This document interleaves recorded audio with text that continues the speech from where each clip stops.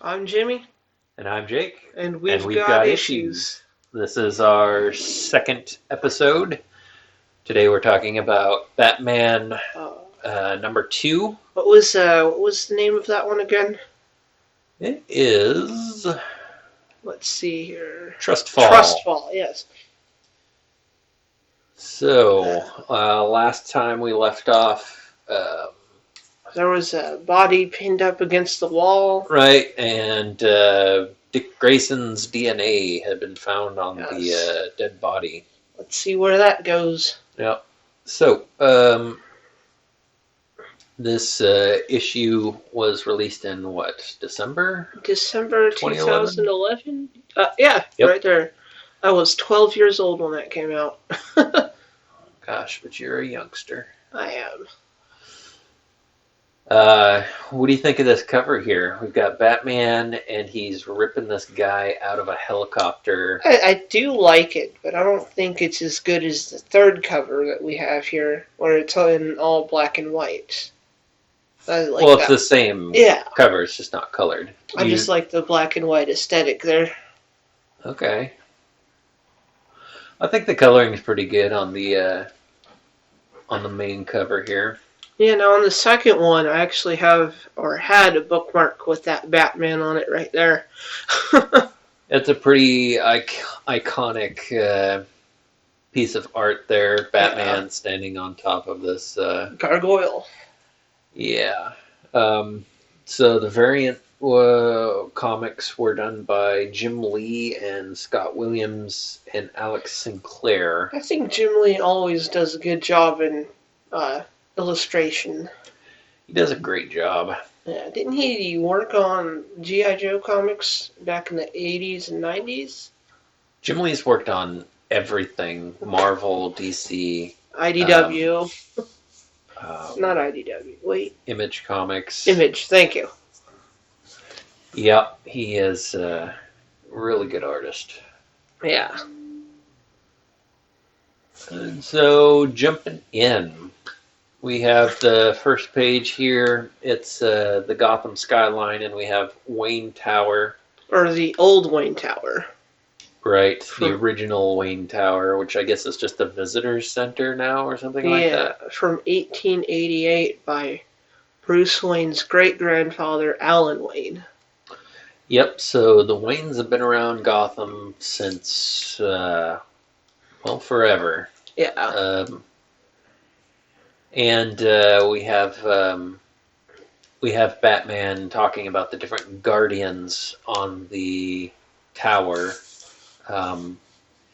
He says that there are 12 gargoyles, or guardians, as Alan Wayne called them. Yes. Now, the thing about gargoyles is that if it's a fixture, a statue with water coming out of its mouth, or it has to be some sort of water fixture for it to be considered a gargoyle. Yes. Otherwise, it is considered a grotesque. Oh, really?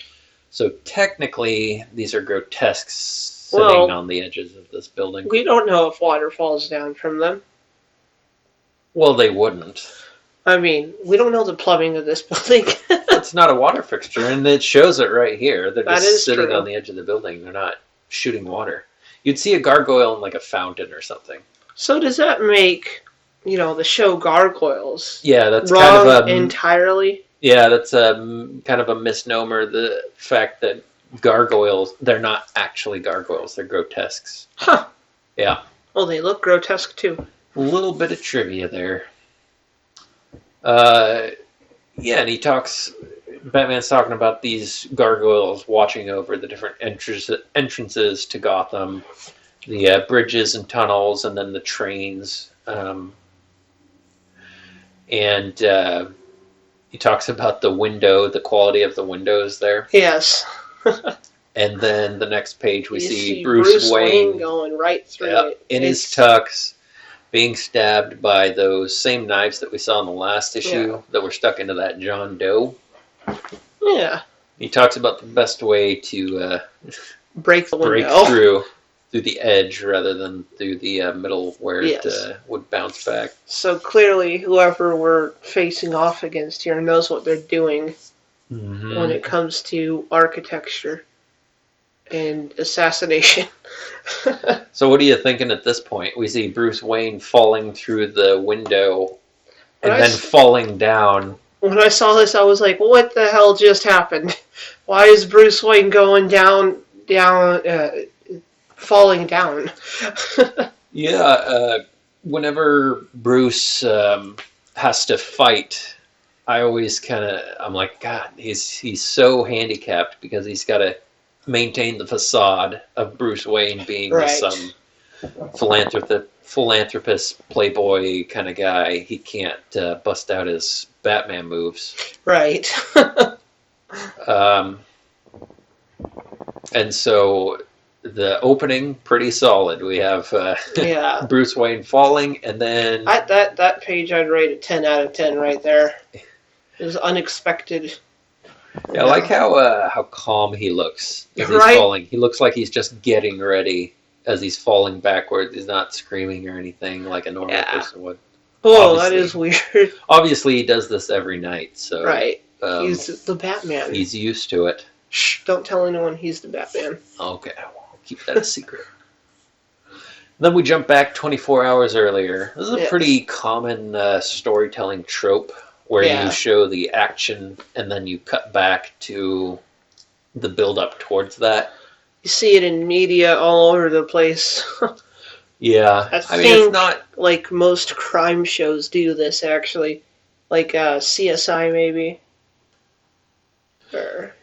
Well, usually CSI and crime shows will show the murder and then they'll show the people discovering it and trying to clean up or figure out who the killer is or whatever. Right.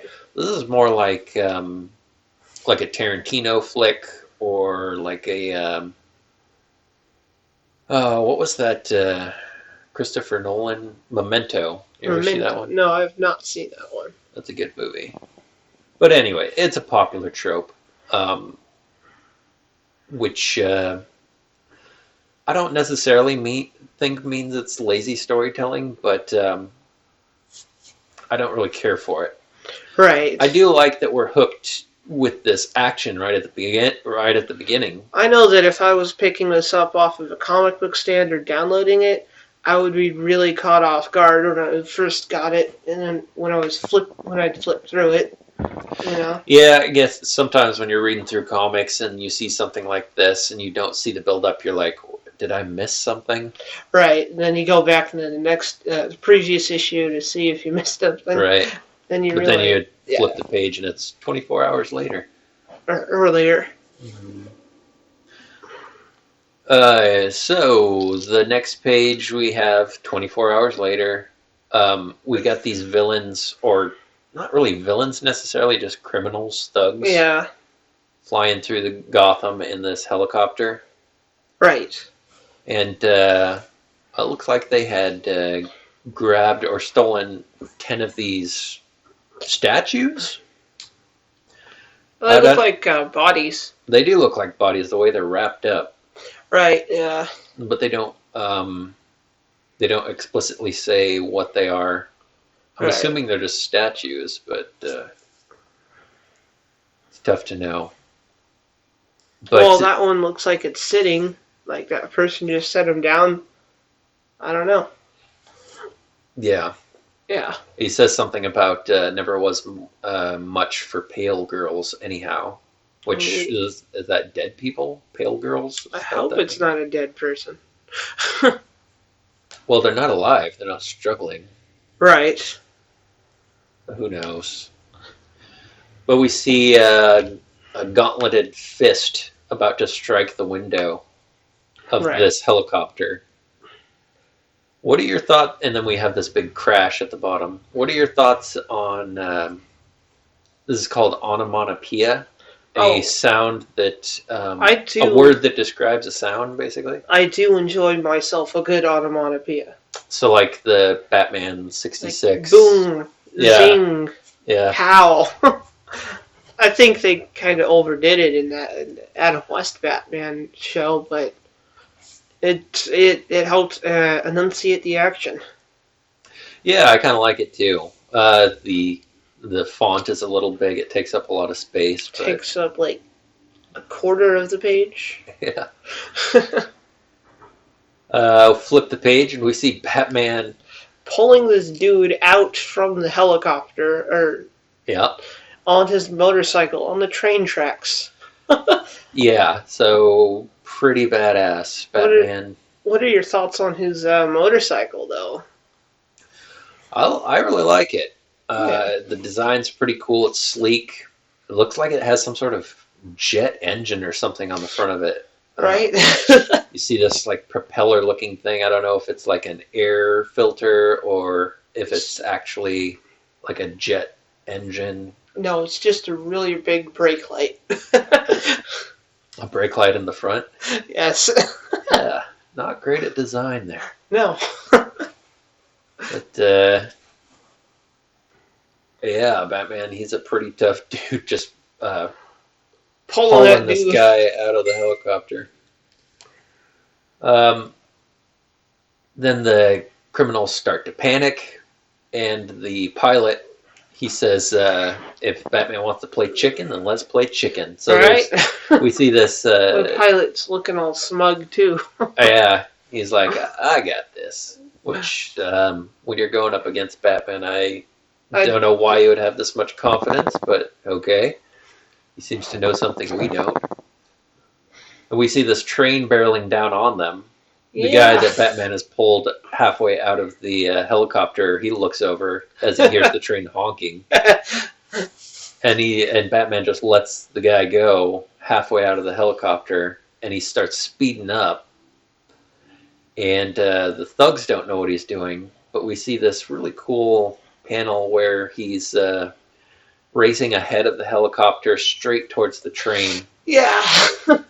This bottom panel here confused me a little bit, though. It confused me a little bit, too. Because it's on the bottom of the panel above it, and it blends in so well that you think that it's the underneath of the bridge. Right. And this is some sort of like, there's some cloud underneath the bridge, but if on second look, you can tell that it's the view from underneath the train. Yeah, I had to figure this one out because of the wheels and the train tracks. Right. And then we see his bike. Yeah. Just popping a wheelie and jumping. They should have at least put a white line to divide those two panels there. Yeah, that would have made things a little bit easier. Yeah. And then we get this really cool. Batman is on top of the train. He does this 180 slide, and we can see the headlight. The kind of the glare that the light makes as he's doing this 180 on top of the train. It reminds me of Tron, almost. Oh, yeah. Yeah. I think it looks really cool. Yeah, for sure. Then we see Batman squaring off with the helicopter. And the pilot, at this point, he's starting to worry a little bit. He's like, he wouldn't. And we get yet another... smile from Batman. Yeah, a nice smug smile. Yeah. Even smugger than the pilot's smug smile. Well, at least got a reason to be smug. Right? Pull off some cool Batman stuff. Although, like I said in the last episode, I don't really care for a smiling Batman. Right. So he revs his motorcycle. Yeah, we got another onomatopoeia. Vroom. Vroom, yep. The criminals in the helicopter are yelling out to turn, but they can't because the alleyway is too narrow. They can't get any height or speed because of the whatever it is they stole, those 10 statues or bodies or whatever they are. Then I did like this the larger panel on this page of I think he's going through the helicopter. Is that the helicopter or the train he's crashing through? No, he's jumping off the train straight at the front of the front windshield of the helicopter and crashing through it. He wheel punched that windshield. Exactly. Although I'd have to think that at this point his bike is pretty much totaled. which has got to suck. I wonder how often he goes through equipment like that. You know what? He's got Lucius Fox, assuming he exists in this universe. I mean, yeah, he can always make more, but still, that's got to be a spendy bike. We just saw it do a jump off the track onto the train, so there's got to be some cool back gadgets built into it. Unless his tires are made out of steel, which would be kind of weird. Yeah, so if he's doing this every night, he's going to be, I would think, losing quite a bit of money. Right? I never really thought about how much money Batman loses. I have some notes here that I can't read, which is pretty sad because I wrote them. What do you say? Which one? I was going to see if I could read it for you. Oh, okay. It says it's convo during chaos. So at this point when he's crashing through the windshield, he's having a conversation with Alfred. Right. About Jim Gordon being at the morgue for the autopsy. Right. And he's just very calmly just, all right, noted, Alfred. I'll be there. Relax. This will only take a moment. Just so he's cool as a cucumber as he's barreling through the front of a helicopter with his motorcycle. I thought it was kind of comical when I read it. Yeah. Yeah. So we don't see him wrap up this scene, but we assume that he just lands the helicopter, turns in the criminals to Gotham PD, and gets back whatever they had stolen. Right. And then we open up with the inside of the victim's chest from the last episode of his chest being opened up. Yeah, the John Doe. Which I thought was an interesting perspective on things. I really like it. I think it's cool. And you can do stuff like this that you couldn't do in other mediums just because it's a comic book. You can draw from any angle, really. I mean, cameras are pretty small now, so... Yeah, I mean, you could get the shot with a camera, but... Yeah. It wouldn't be as cool. It's really cool. And I was thinking at this point, this guy, the coroner, who Jim Gordon is talking to, coroner's got to be a pretty good job in Gotham, right? Right, yeah. Got some really good job security, at the very least. Yeah. You're certain to never go out of business. Plenty of corpses to go around. These are facts. Facts. So the coroner doesn't really let us know anything that we didn't already. You know, may I interrupt you here? Yeah. I thought the corpse looked a little like that guy from Toy Story 2. The villain? Not the old man, but the collector? The collector, yeah. Yeah, that pencil goatee look, kind of. And the fat face. Fat face, bald head. Yeah, I can see that. But I was just saying that the coroner, he doesn't tell us anything we didn't really already know, that this John Doe was tortured. His eventual cause of death was from drowning on his own blood. Yeah. Which, pretty rough. That's got to be a crappy deal right there. Yeah. And then the coroner takes off. Pretty useless, really, this information that the coroner gives us. Yeah. As soon as he leaves, Jim asks to the darkness, well? So we're assuming that he's talking with Batman at this point, asking him what his thoughts are on it. Right. And we get some more of this cool tech, like the one we got in the last issue, the contact lens that's connected to his Bat computer. Mm-hmm. This one we have a little 3D scanner that looks at the body from the security camera in the coroner's office. And so Batman's in the Batcave looking at this corpse, so he doesn't actually have to go across town and actually be there to see it. I guess it's a little safer in the Batcave. Yeah, but you got to think you're probably missing something not actually being there. Right? Oh darn! I don't get to smell the corpse. Hey, he smelled that paint thinner last issue. Right? Um, Gordon says that they looked through every directory and couldn't find anything on the mystery man. Batman comes over and he's looking at this 3D projection that he got from the security camera that he set up, and he's I love this. The Detective Batman, we get more. Detective Batman. Yeah, he's going through and he's calling out like, we have extensive scar tissue around the ribs and abdomen, and so he's like, okay, what does that mean? It means he's a fighter, but no marks on his knuckles, more on his palms. So Jim's like, okay, so a trainer. And so I just like this scene where they just go through it logically, and Right. Batman uses his deductive reasoning to kind of figure out what he did and who he might have been.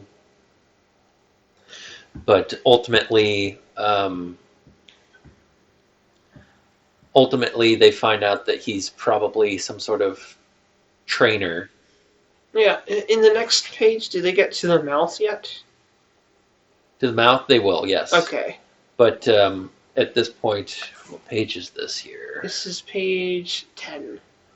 Well, 10 as far as the comic book reader is. Right.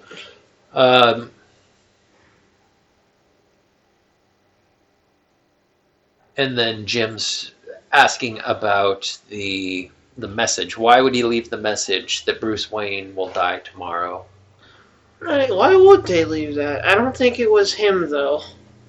I don't think it was our John Doe here. Well, that's Batman's theory, is that it was the John Doe who left the message. It would make more sense if it was actually the killer who had left that message. But whatever. Right. There we go. I do like this panel where these two panels where Batman and Jim Gordon are kind of facing each other. Yeah, as if they're in the same room. As if they're in the same room. Yeah. And how the body is split in half there. Yeah. So you got the holograph on the right-handed side and the real dude on the left-handed side. I thought that was a clever, creative way of going about that. It is a really cool look. And then we have Jim Gordon talking about how Bruce Wayne had turned down the offer to have guards, a police detail on him. Obviously, that'd make things difficult for Batman to work if he had a detail of security guys on him. Right. But his Batman, in the next page here, we see that Batman's little 3D scanner thing notices something in his mouth. It picks up on his, what is that, the right or left wisdom tooth? Yeah. There's, and I don't know why he kept his wisdom teeth, but whatever. What? I don't know why he didn't get his wisdom teeth taken out, so. Well, some people don't need to get it taken out. Yeah. And so we open up the mouth to the right wisdom tooth, and there's a metal emblem in there, and it's the emblem of the owl that we saw on the same knives. Yep. The Athenian owl, which Batman says were on ancient Greek coins, which denoted wealth and power. And then we get the very first time we hear the nursery rhyme, the "Beware the Court of Owls" that's watching all the time. This is the first time that we hear about it in Batman comics at all. Right. And then Batman he finishes the rhyme that Jim starts, and he says, you know, I know the nursery rhyme, Jim, but the Court of Owls is just a legend. Right, but I don't think they're much of a legend. Yeah, well, Jim offers a good counterpoint to that. He's like, to be blunt, so were you for a while. Right. And Batman's sure. He says, they don't exist, period. Right. And Jim's like, and you know that because... And Batman's like, I just know. Well, and then Jim says, well, whoever the killer is, he wants us to believe the ghost story. Right. Batman, he seems really sure that he knows exactly what goes on in Gotham. Right. And everything that's happening. Clearly, there's more than Clearly, he knows. there's a secret society out there that he doesn't know about. I mean, at this point, we don't know that it's a secret society. Spoiler alert! Sorry. Yeah, I mean, and this possible motive that he offers is the best one that we get so far. The killer wants us to believe the ghost story. Yeah, and I just gave a really big spoiler there, and I didn't mean to. To any new listeners. I mean, this story arc is called The Court of Owls, so right. I think we can pretty much guess what's going to happen. But right. Anyway, the bottom of this page here, Gordon asks about the tissue found beneath the victim's nails, and if Batman had learned anything about that clue, and Batman says no. So he's lying to Jim about finding the Dick Grayson's DNA under the fingernails of the John Doe. Right. And as luck would have it, at this very instant, we see in the background on the Bat computer that Kavax is granted to Nightwing. Yep. So Nightwing's coming in. Right. And so Batman finishes up his conversation with Jim Gordon. Then we see someone saying knock knock, and guess who it is? It's Nightwing. Yep. It's Nightwing. So, what do you think of this new 52 costume here? I like it. Honestly, I do like the blue one better, but I don't have really any complaints with the red one either. So. Yeah, red, blue. I think they both look pretty good. I don't know what they were thinking. DC Comics, all of their titles, a lot of their costumes were changed. A lot of people were in red now. I don't know if that was to indicate anything. There wasn't any sort of like overall story arc. I mean, the Chinese believe red is good luck. I don't know. Maybe some Chinese man was all like, you better make it red. And they're like, okay, let's make it red. How delightfly racist. Thank you for that. Sorry. So, joke, man. Yeah. One of the biggest things that bothered me about the New 52 was Gar, Beast Boy from the Teen Titans. What about him? Instead of being his standard green, he was red. His fur was red. Wait, what? Yeah. Why did it change his fur color entirely? It was never explained. And one issue, he had red hair, and then the next he had green. And there was no explanation as to why it changed. That's weird. I think it was just the fan outlash. Okay. It was weird. It seems kind of like a dumb thing to be outraged about, but... Well... I mean, I don't like Beast Boy's red and white outfit. I like the purple one. But that's just a matter of personal opinion. Right. I think people were upset because it was changed for no apparent reason. No apparent reason. If any reason had been given, like say there was some story arc involving him being experimented on and being red for some reason versus green. Just the fact there was no explanation. It was weird. I can see it why people would be mad, but at the same time, I'm like. It doesn't really matter. It's kind of like an outrage that people are going off about now. It's the new Pokemon games don't have every single Pokemon in it. And I'm thinking that's great because I could never complete the Pokedex anyways. Yeah, that'd probably be tough with all the new Pokemon. Yeah, it's a lot to program too. So in this page, Dick is talking about the 3D imager, and he calls it a photogrammetric scanner. And another cool piece of technology that we see. So Dick is talking about the technology, and then he talks about how there's not going to be any more sneaking in and out of the coroner's office anymore at the city morgue. Right. And Batman asks him about the DNA about Dick's DNA under the John Doe's fingernails. Right. Yes. And Dick says, good thing that we keep all the Bat family DNA protected. Right, right.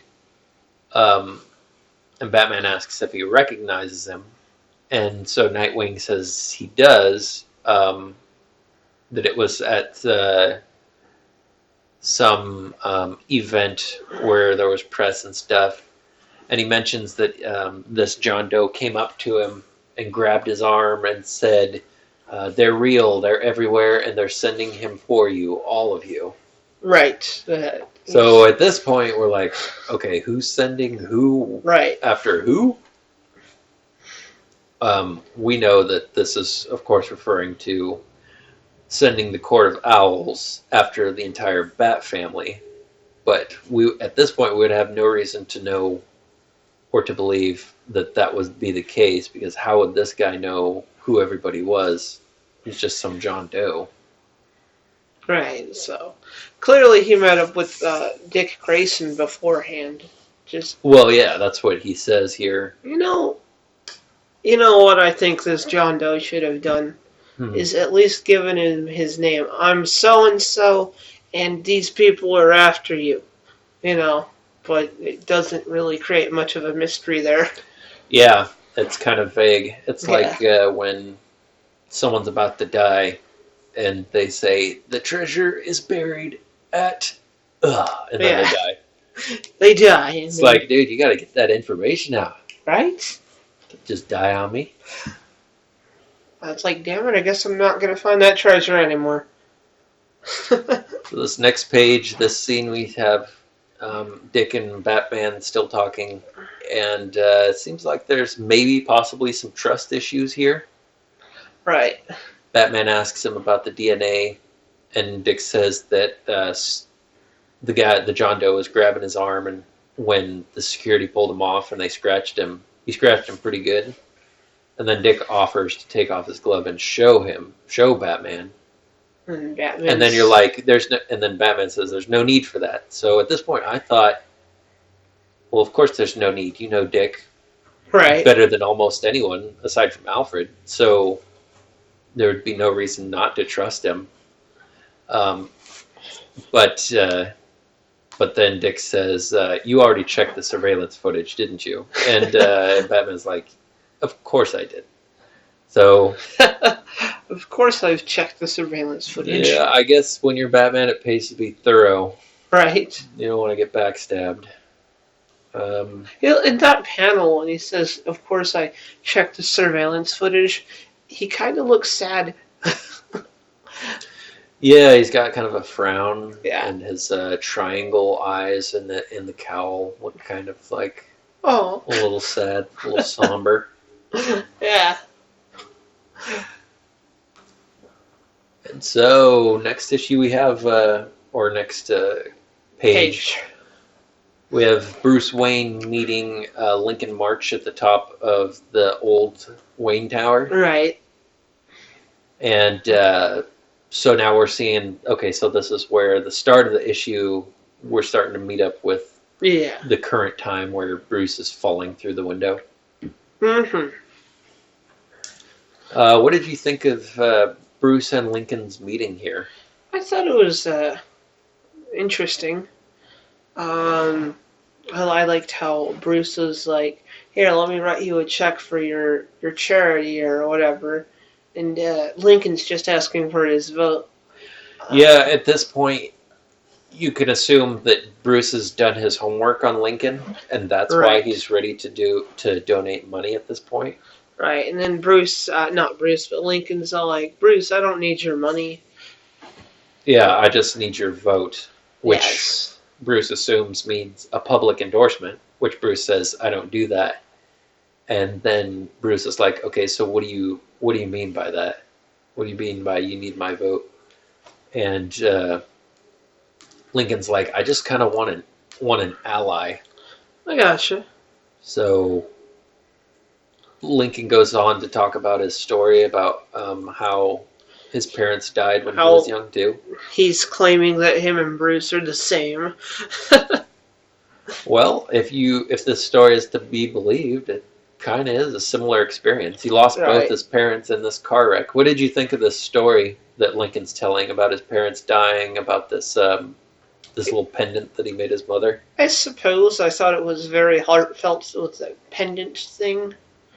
You know, because him as a child made it for his mother. Uh, I kind of liked it, but I wasn't like, oh my gosh, that's an amazing story, you know. Yeah, it was enough to get sympathy from me. Okay. Yeah. So I really like the old Wayne Tower, the architecture and everything. And I was just thinking, Gotham, I think, is way better than Metropolis. Just the Gothic architecture. Okay. Yeah. What do you think? Let me think. I'd probably agree with you there, because I'm not much of a Superman fan, so. Well, Metropolis is more of like a modern Day town or city, right, like Portland or New York or something. Seattle. Yeah. Yeah. So Batman says, or Bruce rather, is talking to Lincoln, and he says, "You've come a long way for one vote," and Bruce is like, "The cynic in me would say that you're looking for an opportunity." So instead of straight up saying, "I don't believe you," he's saying, "I have no real good reason to believe you," without straight out saying Right. it.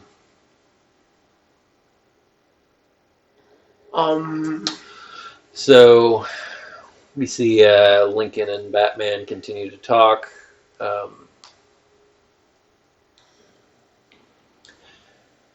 Lincoln talks about how after his parents were killed, he went to City College. He got funding for school. And he's saying Gotham saved him. So basically he's saying that obviously he'd want to reinvest into Gotham to revitalize it, like what Bruce had proposed during the meeting or the gala in the last issue. Mm-hmm. So if I didn't know any better at this point in the story, I would say that I pretty much trust Lincoln. I'd say that he seems sincere. Bruce has done his research on him and is willing to donate money to him. And it seems like Bruce is starting to warm up to him. But then when Lincoln is talking about how he's looking for allies, and allies in this city are far and few between, and puts his hand on Bruce's shoulder, Bruce gets a kind of a suspicious look in his eye. Right, yeah. I'd be suspicious too. At this point, why would you be suspicious? I just, in general, don't like being touched by random people. Oh, well, I mean, but as far as everything you've heard about this guy, there would be no reason to be suspicious at this point, I don't think. That is a fair assessment. And Lincoln says something really weird and cryptic. He says, allies are few and far between, especially now. And Bruce is like, especially now? Why? And Lincoln says that something bad has come back to Gotham. Something ancient and powerful and evil. And And Bruce says, what are you talking? And then at this he gets point, cut off. in the next panel, we see A security guard? security guards being pushed out of this Stabbed. elevator with their throats cut, it looks like. Yeah. Pretty gruesome. And then we get our first look. First look at a Talon. The Talon. Or A Talon. Talon, not the Talon. Not the Talon. Yeah. Which, So there are several Talons. And No. in fact, later there's a standalone series about a specific Talon. really? Yes. I'd have to check that out. I don't think it lasted very long. I think it was only like 12, 13 issues, something like that. But This story arc lasted about 10 issues, right? yeah, but this Yeah. is the Batman book. The Batman book continues after this, whereas Right. that Talon story didn't make it for very long. I don't think comic book sales were very good for it. Now, what are your thoughts on the Talon's overall ensemble that's going on here? I think it looks really cool. It's very kind of steampunk looking, like It's steampunk ninja. Yeah, I do like it. I just like the goggles, especially on him. Yeah, Yep. those goggles are pretty cool. It's like this black hood with this like owl-like outline and kind of beak thing, and then these round goggles, and then just kind of a standard black suit with knives all over it. Then you got the gauntlet of the owl on his forearm. Yep. Yeah. And But I tell you what, the Talon in the Gotham TV series don't look nearly as cool as the ones in the comics. I didn't realize that they used Talons in the Gotham. TV series. The Court of Owls is a pretty big part of Gotham. Really? Yes. It's in like season 4. Yeah, I'm gonna have to check that out. I think I only watched the first 2 seasons, 2, 3 maybe. Yeah. In the Gotham TV series, they're mostly just dudes with like black bandanas around their eyes.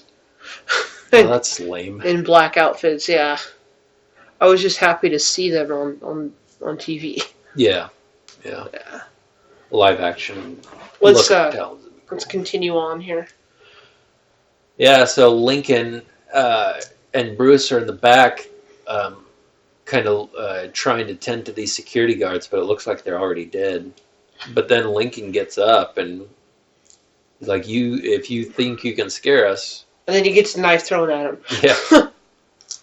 But it's pretty brave for a dude, just Running. some random Right. philanthropic playboy, kind of like Bruce. Right. Pretty gutsy. I mean, you'd expect that kind of behavior from Bruce, but not from a mayoral candidate. Right. Right. Very, very brave. But then he gets shanked right in the guts Yeah. with this throwing knife, which is probably not fatal. Although, with the accuracy that these guys, or that the Talon has shown so far, who knows? Maybe. Could have been a straight liver shot or something. Or a kidney shot. Right. Well, I think you could survive a kidney shot. I mean, you could survive with one kidney, so. Right. But I think a liver shot would do you in. Yeah. For sure. Bruce, Lincoln falls down after being stabbed, and Bruce calls out to him. And at this point, I think what Bruce is probably thinking is, I gotta take this guy out. I gotta get this finished quick so I can tend to Lincoln. I love the next panel where they got the Talon holding the knife to the, I guess, to the viewer of the page. Yeah. Yeah. I'd heard somewhere, though I don't know if it's true, that real knife fighters don't hold the blade so that the knife is facing down, that it's always facing up. I don't know if that's true of all like fighting styles or whatever, but I mean it looks cool when it's down. I mean, I'm not entirely sure, but I know the karambit is actually, I have one in my backpack, but I'm not going to bring it out. It's made to be held sideways or forwards, or yeah.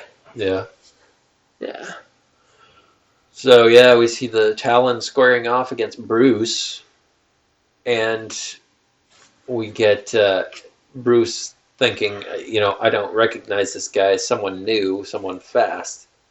So Yeah. not his standard, not one of his standard villains. He blocks a knife shot with his arm, which I don't really know why. sucks. He just leaves it stuck in there. I don't know why he didn't grab it out and use it. Oh, he doesn't kill, so Well, he could probably incapacitate someone with a knife yeah. without killing them.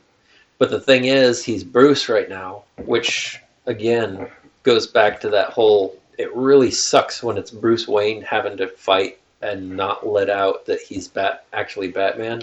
Right. 'Cause he has to fight just good enough to beat the guy, but not good enough to, you know, get anybody suspicious.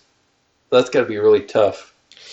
Yeah, I think maybe Bruce should become a black belt in one martial arts instead of like multiple, like he already knows as Batman. So people Oh, would be so like Bruce Wayne gets the hobby of being a martial arts expert in one specific martial art. yeah. That'd be a pretty good idea, actually. I do like that idea. Yeah, if he like took kickboxing classes and he was always at matches and stuff, that would be pretty cool. Yeah. That'd be a good alibi for him. But he thinks to himself that he has to go for strikes that look lucky. Right. And he goes for the solar plexus, a kick to the solar plexus, which is easily blocked by this Talon. And then we Yeah. get he's trying to hit him in the mandibular nerve just below his ear, which is blocked, and then he gets stabbed through his Arm. wrist here. Yeah. So he's got a couple of knives sticking out of him at this point. I do like the expressionless face on the Talons and masks, though. Yeah, it's always creepy when a villain has a mask on and you don't know what they're thinking. You can't see their facial expressions. Right. But I like this, how Bruce, after getting stabbed in the arm again, he's like, all right, playtime's over. And he just puts him in a headlock. Right. And what do you think of angry or irritated Batman? I like it. Yeah, I like it when he loses his cool a little bit sometimes. He's like, all right, enough of this playing around. The panel before the headlock, the Talon kind of reminds me of like some relaxed dude, just like, get out of here. Yeah, but it's tough to tell because Ah. he's got that mask on. We don't know what he's thinking. Yep, But yep. it does give off an air of calmness. So The next page up here, we got them in front of the pane of glass. yeah, and Bruce Batman's wants- choking him out, and he's actually breaking a little bit of a sweat here, but he's like, it only takes 11 pounds of pressure to collapse a windpipe, which I'm not sure if it's true, but I'm assuming it is. I'm sure Scott Snyder actually researched this. And he's applying over 100 pounds of pressure. Yeah, and he's And- not even flinching. So clearly this guy's got some power. He's either a metahuman or super soldier supernatural or or something, yeah. Bruce speculates that he must be on something. Possibly Venom. like Bane. Exactly. Venom is the And then we Bane thing. this is a nice pane next to Bruce's teeth. Is you see the reflection of the Talon saying, In the window, yeah. Bruce Wayne, the Court of Owls has sentenced you to die. Yeah, and this is the first time we've heard the owl speak. I like the black bubbles though. Yeah, it's kind of How do you think they talk? I think their voices probably sound like regular people. Right. I don't think it's maybe a little gravelly or a little lower, possibly. Right. And then we get the owl. Yeah, and now we're kicking- caught up to the first few pages of the Yeah. issue where Bruce is falling from the top of Old Wayne Tower, getting kicked through the window here. Help. But apparently this is what he wanted to happen, which is weird. Because he wanted to break the pane of glass, right? Right. Which makes you think, like, he must have had a plan for falling down like this, right? Yeah. He talks about being too far out to grab the top ring of the grotesques that surround the Old Wayne Tower. Yeah, and that by the time he'll be at terminal velocity, and his arms would rip off from the force that's of fun. trying to grab it. We get this badass panel here soon. Not that one, But we have the Talon here jumping out of the window and attacking Bruce as he's falling. yeah. This seems like a lot of overkill. Who's honking? Like, if this Talon doesn't know that Bruce Wayne is Batman, there's no reason to jump out and start fighting him midair. That's ridiculous. Right. But this guy clearly wants to be very thorough and make sure he's very much dead. Yeah. And then you get to Al saying how I love killing Waynes, Right. implying that he's killed them before. Exactly. I wouldn't call that a throwaway line by any means. No. So which Wayne is he talking about? I don't know. Maybe Henry, Alan, Thomas. maybe Alan Wayne. Alan. If it's Alan, that was 1888. He said when Alan built the building. So 1988 would have made it 100 years. 2008 would have made it. Wait, what? No, 1888. Oh, I thought you said 1988. I was like, that's not 100 years. From 1888 to 1988? No, wait, that's 200 years. Hmm? Am I mathing the right way right now? You are. I just misheard you. But yeah, over 100 years. Yeah.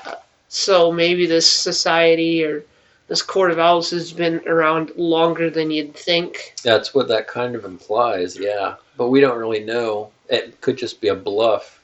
How I love killing Waynes. But Lincoln's still in the tower, though. He is. Hopefully, I mean, obviously, we know that he's doing fine. Yeah. But I don't think Bruce is thinking about that at this point.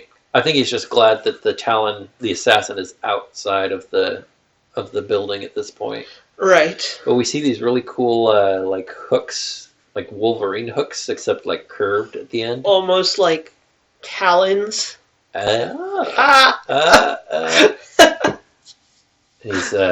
He's cutting up Bruce really good. Bruce gets quite a beating here. And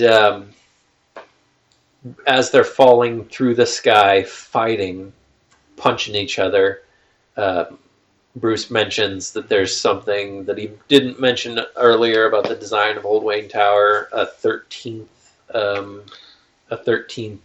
Guardian. I honestly thought that was kind of dumb. Why? It's just like, oh, little did you know, there was a 13th gargoyle installed in 1930. It reminds me of something an anime would do. Yeah, it does. And it would be annoying if there was no reason if he just said, there's a 13th one that I didn't mention. Yeah. But the reason makes sense. It says here in 1930 it was put in to guard people coming in from the air. Yeah. Which totally makes sense. So if they'd have just said, there's a 13th one and you didn't know about it, that would be kind of bull. But right. This one, I think, this line, I think, works. I like how when they show the Talon falling, he's got wings now. Yeah, he spreads out his arms and he's got sort of like this squirrel suit thing going on. A little bit of a nitpick here, though. And you'd think he'd lose some knives from his bandolier there, but they're all there still. Well, he had knives in his bandolier, on his hip, in his gauntlets, so yeah, he had plenty of places to pull from as far as knives go. But you think in this panel that when he spreads his arms out and he's got these like glidey wing things, that he's going to glide away, right? No, he just crashes right out of the car. Yeah. He smashes into this car. And then you get this badass panel of Bruce Wayne looking down at the wreckage. Yeah, bleeding. 3 knives sucking him, bleeding from the arms. Yeah. Just standing there looking badass. I would actually make that my wallpaper if I found just a panel of that. Yeah. Yeah. Yeah, that'd be pretty cool.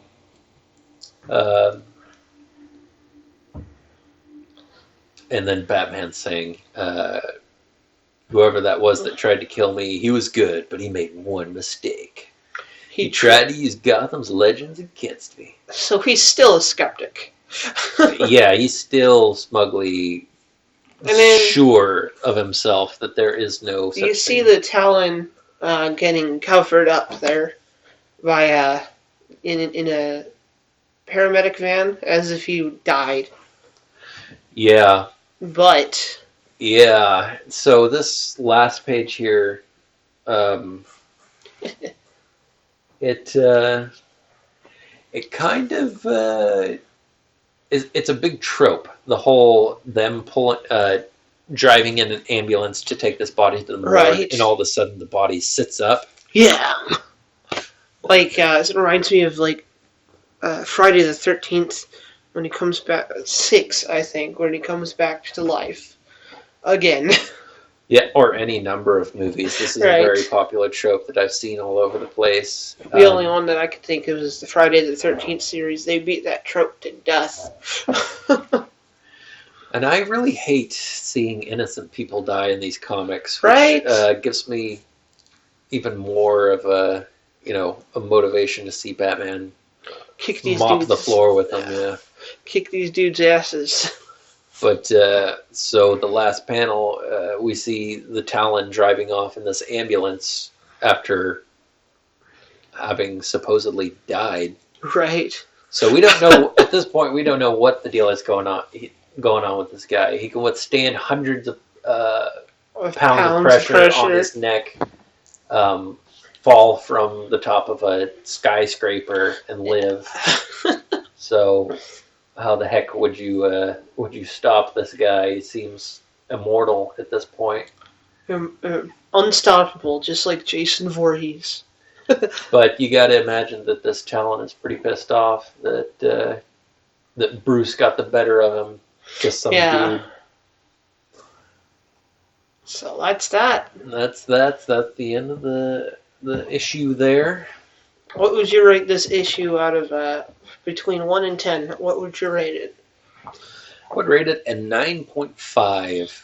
Okay. I really like how it opened with action, but the two tropes kind of bothered me. The whole starting from further in the future and then going back in the past, the storytelling trope, and then at the end here, the whole getting up at the back of the ambulance as it drives away, someone who's supposedly dead.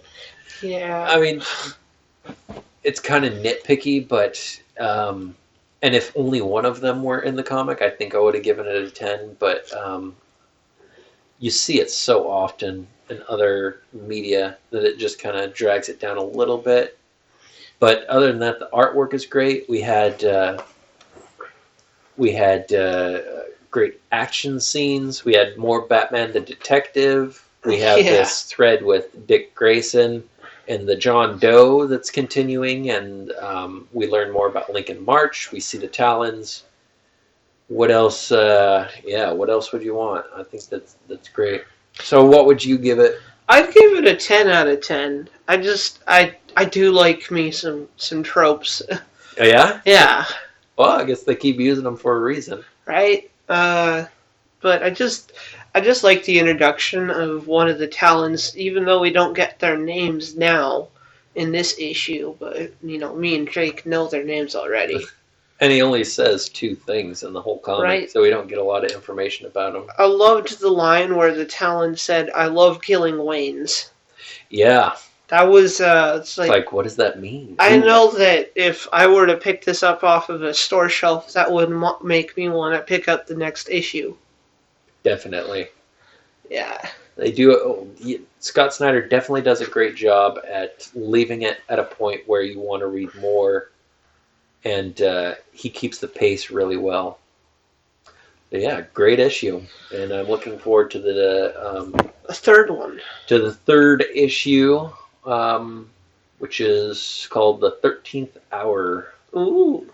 So Neat. We will read that and then get together next week. Yeah. All right. I've been. Wait, what's next week? What is next week? Next week is the 26th. 26th. When's Thanksgiving? Oh, the 28th. We might do it on Monday. Yeah, that would work. Okay. Well, I've been Jimmy, I've been Jake. and we've still got issues. Yep.